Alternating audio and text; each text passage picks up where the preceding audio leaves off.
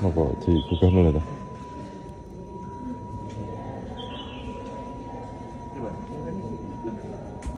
Habib. Iki mepet ngene iki tek anu tek nduduk lho piye ngeten iki. Mepet ngene iki. Biar udah ada. Ndak ono, aku lho betul nenten iki.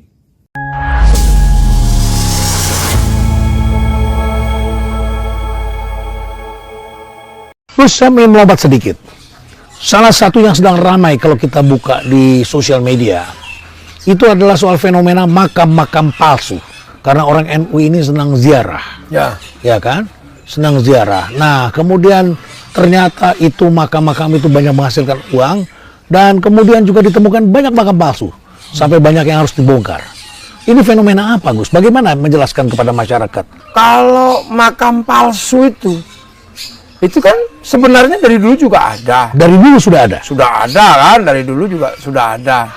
Makanya dulu di Mekah sempat ada makam-makam yang dihancurkan, dikembalikan ke asalnya. Artinya kita butuh sains juga, butuh orang untuk memverifikasi kebenaran itu.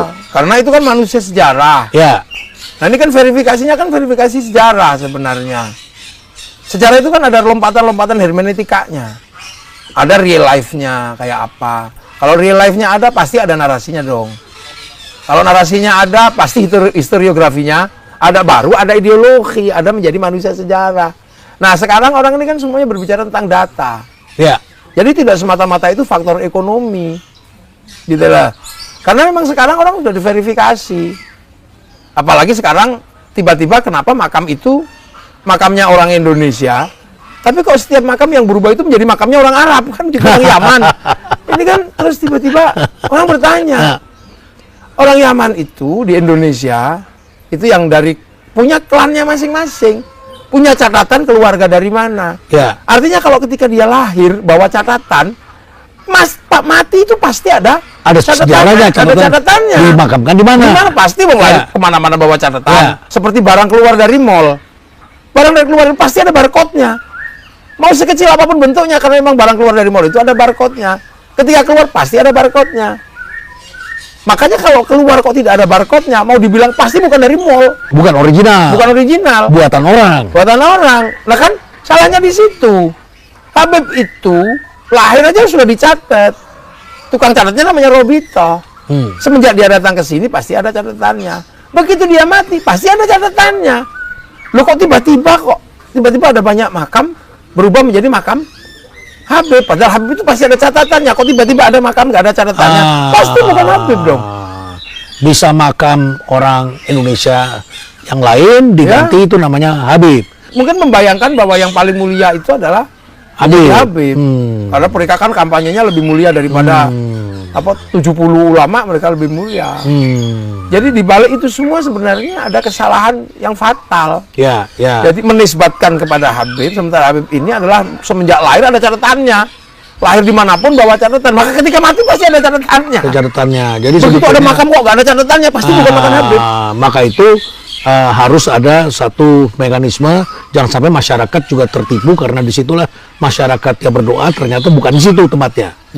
Antara lain itu ya salah satunya. Nah tiba-tiba baru kemudian ternyata setelah ditelusuri ada problem ekonomi, ada problem apa itu kan fakta lanjutan gitu kan. Ada problem yang agak sedikit tendensius, aspek-aspek semacam ideologi. Mungkin ada. Ya, tapi kan kita nggak bisa kemudian menjustifikasi ideologi. Tapi fenomena itu kan bisa dianalisis. Kan gitu. Karena apa? Karena tiba-tiba ada yang mengatakan bahwa yang memerdekakan Indonesia ini Habib, yang menentukan 17 Agustus Habib, yang menentukan yang bikin merah putih Habib. Nah, artinya bahwa takeover sejarah ini itu kan yang paling pokok juga harus diimbangi. Pahlawannya di mana? Nah, untuk menentukan pahlawan itu kan harus ada jejak orangnya. Nah, kalau dia membangun narasi, maka dia juga harus membangun sejarah orang yang bikin narasi itu. Nah, sejarah orang yang sudah meninggal itu kan makam. Jadi social engineering-nya kan juga harus paralel. Kalau mereka yang buat lah, terus orang yang buat itu di mana sekarang? Oh, makamnya di situ. Oh, makamnya di situ. Baru kemudian, nah setelah mereka menggunakan data, orang lain juga punya data. Nah ini kan persoalan adu data. Mengislamkan budaya atau membudayakan Islam. Ini juga banyak orang bertanya seperti ini. Apa yang sebaiknya dilakukan? Banyak orang yang melakukan pilihan adalah mengislamkan budaya. Kan gitu, dua-duanya bisa jalan. Membudayakan Islam, mengislamkan budaya. Karena apa? Karena Islam datang, itu semua orang sudah punya budaya. Jadi dunia ini kan berperadaban. Islam belum datang kan sudah berperadaban. Sudah berperadaban. Jawa kan? juga sudah punya peradaban. Sumatera sudah punya peradaban. Ya. Makanya ada peradaban yang cocok. Ya. Nah, peradaban yang cocok itu namanya inkulturasi, asimilasi. Ya, yang nggak cocok namanya sinkretik. Itu yang nggak cocok. Ya. Jadi ketika Islam itu datang, pasti ketemu dengan budaya yang sudah ada. Ketemu wayang. Ketemu wayang. Ya kan gitu. Oh, wayang ini sastra tutur. Isinya bisa disampaikan tentang kebaikan, tentang apa. Nggak bertentangan isinya.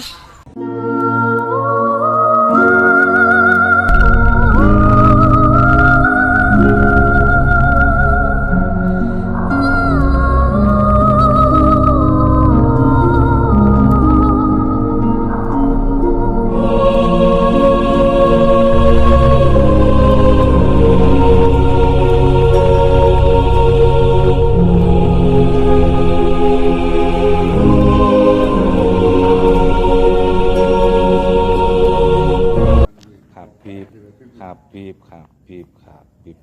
Iki mepet ngene iki tek nduduk lho piye ngene iki. Mepet ngene iki. Piye udah ndak ono, aku lho betul nenten iki.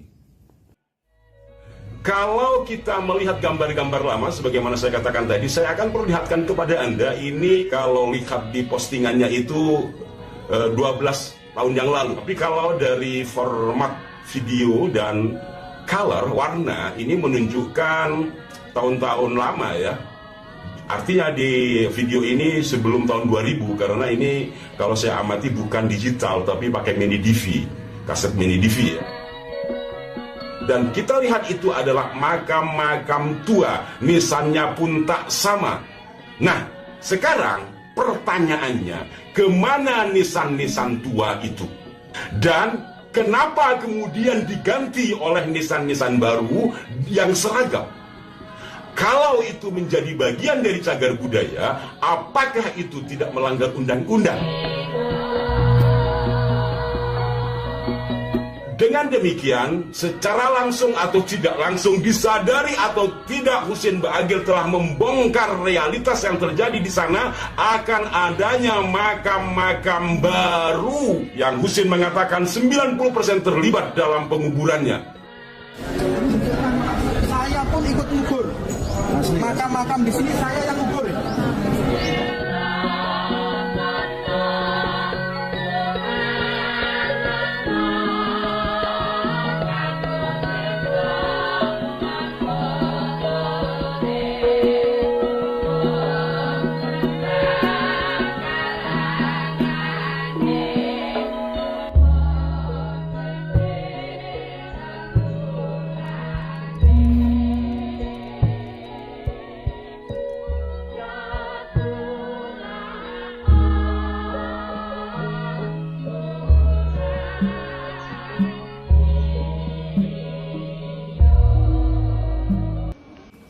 90% saya ikut memakamkan di sini. Lah, benar Tabib. Anda ikut memakamkan 90% di Sunan Bonang itu. Anda itu umur berapa ya? Terus makam-makam itu mulai tahun berapa? Ini semakin mencurigakan ini. Betul-betul mencurigakan Anda ini. Beberapa pekan yang lalu, saya berziarah ke makam Sunan Bonang di Kabupaten Tuban, Jawa Timur. Ternyata teman-teman, di sana ada fenomena aneh dan unik. Mengapa?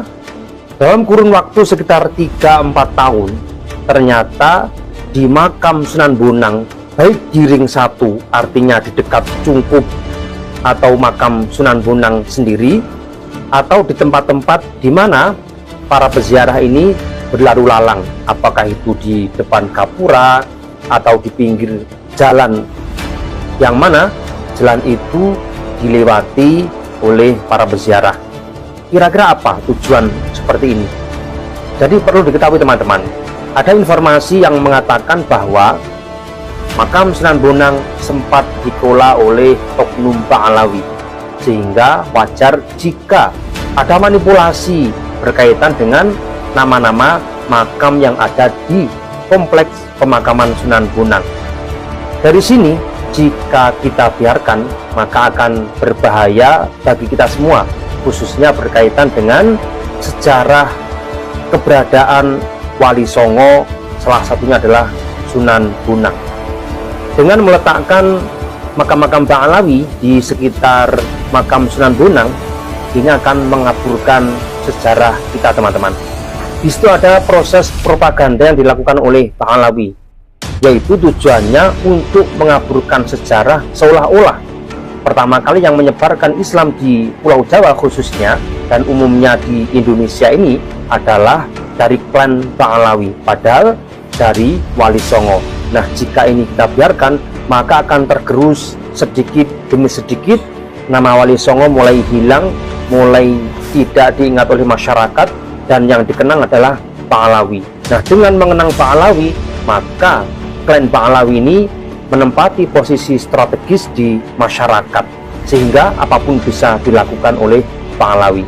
Oleh karena itu, bagi teman-teman khususnya warga Tuban, silahkan diteliti kembali kira-kira makam yang ada di sekeliling Sunan Bonang itu benar ataukah tidak, karena jumlahnya tidak sedikit, antara 60 lebih. Padahal Sunan Bonang tidak pernah sepi dari peziarah, dan masyarakat setempat juga tidak pernah menyaksikan adanya para habib atau habibah Pahlawi yang wafat kemudian dimakamkan di situ. Nah, kapan kira-kira proses pemakaman mereka itu? Jika ini merupakan manipulasi atau akal-akalan dari Pahlawi, maka makam itu segera dibongkar. Jadi seperti itu. Dan bentuknya sama.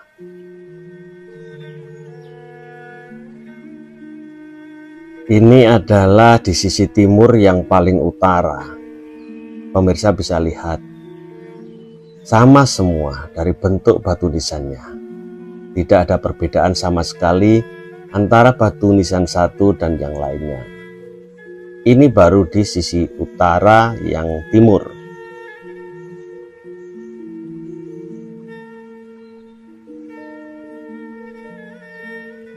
Nah, sekarang saya bergeser agak ke selatan. Ini adalah sab ketiga dari batu nisan di sisi timur. Saya ambil dari selatan. Ini kalau kita berpikir dengan batu nisan yang berdempetan seperti ini, cara untuk memakamkan jenazahnya itu loh, bagaimana caranya dengan batu nisan yang seperti ini.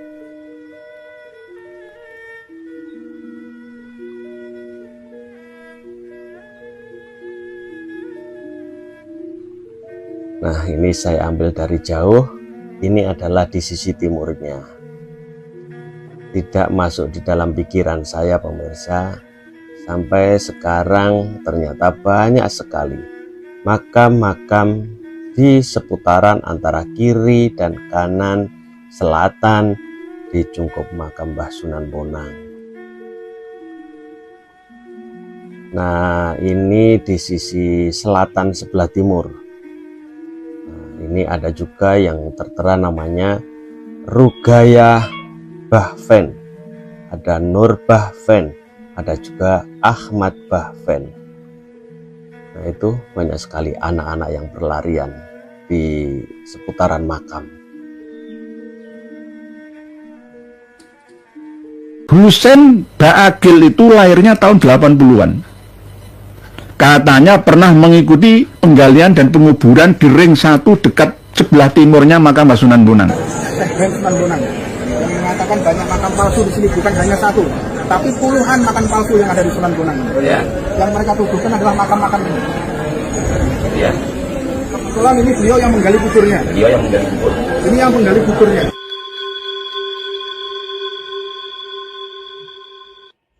Bahkan ini Mas Brohim. Ini termasuk orang yang menggali kubur, ya. Ini makam-makam yang adalah makam palsu. Saya pun ikut ngubur. Makam-makam di sini. Saya pun ikut ngubur. Ya, 90%. Ini ada paling lengkap. Ini saya yang memakamkan. Saya ikut memakamkan. Ini tukang gali kuburnya ada di sini. Kita buktikan, kita gali saja. Kuburan yang diplester di keramik seperti itu nggak asli itu. Posisi aslinya di mana nggak jelas itu. Ya. Terus misalkan pernah itu marga Mbak Akil dimakamkan di situ, ayo kita gali, keramiknya kita bongkar semua, benerkah di situ ada makam leluhurnya? Ayo, sudah. Kalau memang diperlukan, saya siap turun lapangan. Saya akan dapatkan 65 miliar dan 60 Alphard. Saya akan berikan kepada fakir miskin warga Tuban. Saya tidak akan mengambil satu peser rupiah pun, asalkan temenanan. Ini hanya omong-omong saja, teko-teko kita dempel badane ahli silat, nantang-nantang kesini kita ini sebelah makam Sunan Bonang. Ora suwe uripmu Sen Husen. Kamu itu anak baru, kemarin saja nantang-nantang sepuh-sepuh kita, ya. Kalau memang beneran kamu mau menyediakan dan punya uang segitu, ayo. Kawan-kawan kita dari PWLS dan lain-lain itu sudah mau terjun ke Tuban. Karena kayak sorry itu yang lembem. Ayo ditandangi lah. Tandangi dalam arti ayo ke notaris terdekat di wilayah Kutarejo situ Tuban kota. Tidak boleh mengingkari. Dan saya siap sebagai saksi. Sudah saya siapkan foto sebelum pemugaran dan sesudah pemugaran. Kami sudah punya datanya di Husen, Mbak Akil. Jangan macam-macam.